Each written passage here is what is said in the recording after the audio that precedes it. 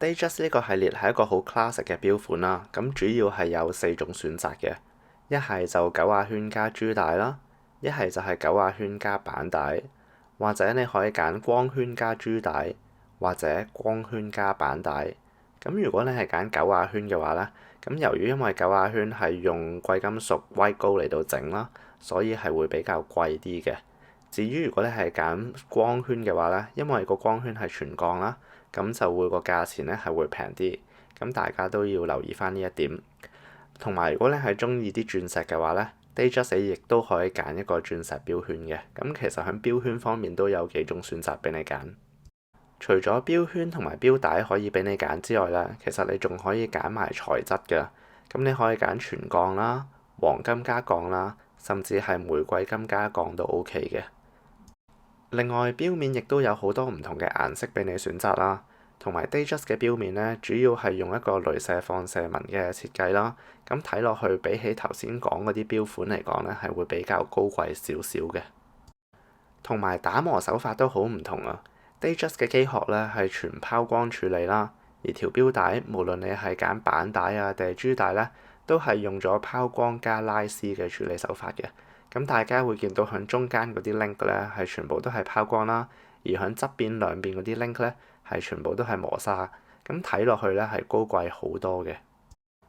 Datejust 呢個系列最大嘅優點咧，就係佢有好多唔同嘅選擇俾你自己砌出嚟啦。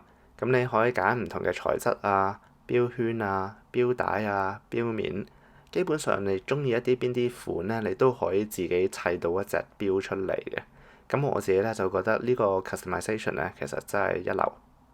Datejust 呢個系列可以話係缺點嘅地方咧，就係呢隻錶都比較浮誇啦，或者比較閃靈靈啲啦，咁可能會惹來好多唔同人嘅目光啦。同埋9亞圈加珠帶呢個設計雖然係好 classic 啦，不過有啲人可能會覺得比較老土，唔係咁多人都中意呢個錶款嘅。By the way，如果你想睇多啲手錶嘅資訊啊，或者睇埋靚相嘅話，可以 follow 埋我個 Instagram @KCTimeshare， 支持下我呢一個頻道。咁由於呢個錶款咧有太多唔同嘅選擇俾你揀啦，有唔同 size 啦，同埋唔同材質。咁我喺呢條片咧冇可能 cover 晒全部嘅錶款嘅，咁所以啦，我就淨係揀咗幾隻錶款，我係覺得係比較熱門啦，可能你哋係會比較有興趣少少嘅，嚟到同大家分享。首先講下隻 Datejust 36先，咁如果係9亞圈加珠帶嘅話，響英國嘅定價就8100英鎊啦。而我響過去嗰6個月咧，都見過有幾次有現貨嘅。咁就例如藍面啦、羅馬數字嘅白面啦，同埋鑲咗鑽石嘅黑面都係有見過有現貨嘅。至於9亞圈加板帶咧，就平少少，英國嘅定價就7900英鎊。而我響過去嗰6個月咧，淨係見過有1次有現貨啫，就係一隻薄荷綠面嗰一款。由於個9亞圈係用貴金屬嚟到整啦，所以比起光圈咧，個定價係會貴啲嘅。咁如果你係講緊光圈加珠帶嘅話，向英國嘅定價就6750英鎊。而我過去咧都見過有幾次係有現貨嘅。咁就例如藍面啊、薄荷綠面啊，同埋羅馬數字嘅白面咧，都有見過有現貨。至於光圈加板帶嗰隻 Datejust 36，響英國嘅定價就6550英鎊，而我響過去嗰6個月咧，都淨係見過有1次有現貨啫，就係一隻銀面嗰款。好，而家講埋黃金加鋼嗰隻 Datejust 36先。咁9亞圈加珠帶嗰款咧，響英國嘅定價就12250英鎊。咁我響過去嗰6個月啦，都見過有好多次有現貨啊，至少見過5次。至於9亞圈加板帶嗰隻金鋼版 Datejust 36，響英國嘅定價就11600英鎊。咁同頭先講嗰隻都一樣啦，見過有好多次有現貨嘅。至於光圈加珠帶嗰隻金鋼版 Datejust 36，響英國嘅定價就12150英鎊啦。咁亦都係見過有大量現貨，至少見過5次嘅。最後講埋光圈板帶嗰隻金鋼版 Datejust 36，英國嘅定價就11500英鎊啦。亦都係見過至少5次有現貨嘅。講完 Datejust 36，咁而家講埋大一隻 size 嗰隻 Datejust 41啦。咁如果係講緊9亞圈加珠帶嗰款咧，喺英國嘅定價就9450英鎊。咁我暫時咧都仲未見過有現貨嘅。至於9亞圈加板帶嗰款個定價就平少少啦，9250英鎊，但係暫時呢，我都仲係未見過有現貨嘅。另外光圈加珠帶嗰隻 Datejust 41向英國嘅定價就7400英鎊啦。咁喺過去嗰6個月呢，我淨係見過有一次係有現貨嘅啫。而光圈加板帶嗰隻 Datejust 41向英國嘅定價就7200英鎊啦。而我喺過去嗰6個月呢，都見過有幾次都有現貨嘅，不過幾次有現貨嗰隻錶呢，都係灰面嗰一隻。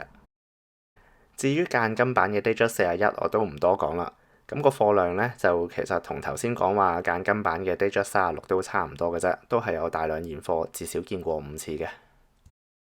總括嚟講，Datejust 呢個系列，如果你係想買間金版嘅話呢，基本上 walk in 入去 AD 就買得到噶啦。但係如果你想買全鋼版嘅話呢，就難少少。咁如果係36mm 同埋41mm 相比起之下嘅話呢，36mm 係比較容易入手到少少嘅。之後講下 Land Dweller。呢隻錶係一隻比較新出嘅錶款啦，咁勞力士係出咗36mm 或者40mm，同埋係有全鋼啦、全玫瑰金同埋全 Platinum 俾你揀嘅。呢一隻錶有一個日期嘅功能啦，咁睇落去呢，其實都同隻 Datejust 係好相似嘅。唔同嘅地方呢，就係 Land Dweller 係用咗一個一體式嘅設計啦，咁同埋條珠帶呢，係用咗一個勞力士叫做 Flat Link 嘅 Jubilee Bracelet。咁係同 Datejust 嗰條帶咧，其實係有啲唔同嘅。咁如果講緊好處嘅話咧，我就覺得呢一隻錶佢做咗一個 open case back，對我嚟講咧係一個好大嘅優點，因為唔係有好多勞力士嘅錶款咧係有個睇得到嘅機芯嘅錶背啦。咁呢樣嘢咧，我自己就好中意嘅。至於缺點方面，呢一隻錶個樣咧，其實同隻 Datejust 都真係好相似啦，不過咧就貴好多啊！我唔好講話炒價，就算連定價咧都貴過隻 Datejust 好多。咁如果我自己揀 between Datejust 或者 Land Dweller 嘅話咧，我相信我自己會係揀 Datejust 啦。同埋 Datejust 係容易啲向 AD 攞到貨，而 Land Dweller 咧暫時都應該超難向 AD 度攞得到。36mm 鋼嗰款咧，喺英國嘅定價係講緊12250英鎊，咁係從來未見過有現貨嘅。玫瑰金36mm 嘅錶款喺英國嘅定價係36900英鎊，咁亦都係未見過有現貨嘅。至於 Platinum 36mm 嘅錶款喺英國嘅定價係講緊50800英鎊，咁亦都係未見過有現貨嘅。大隻少少40mm 全鋼版嗰款喺英國嘅定價係講緊13050英鎊，咁都係未見過有現貨。玫瑰金40mm 嘅錶款喺英國嘅定價係講緊40300英鎊，都係未見過有現貨。最後 Platinum 40mm 嘅錶款喺英國嘅定價係54600英鎊，咁亦都係未見過有現貨嘅。總括嚟講，Land Dweller 呢個錶款可能因為比較新啊，所以暫時咧都仲未見過有現貨啦。同埋就算擺出嚟做展覽嘅錶款咧，都比較少啊。今集就講住咁多先。如果有興趣聽我講埋其他勞力士錶款嘅話，可以睇埋呢一條片，我同大家詳細咁樣分享晒全部勞力士錶款。咁遲啲再傾。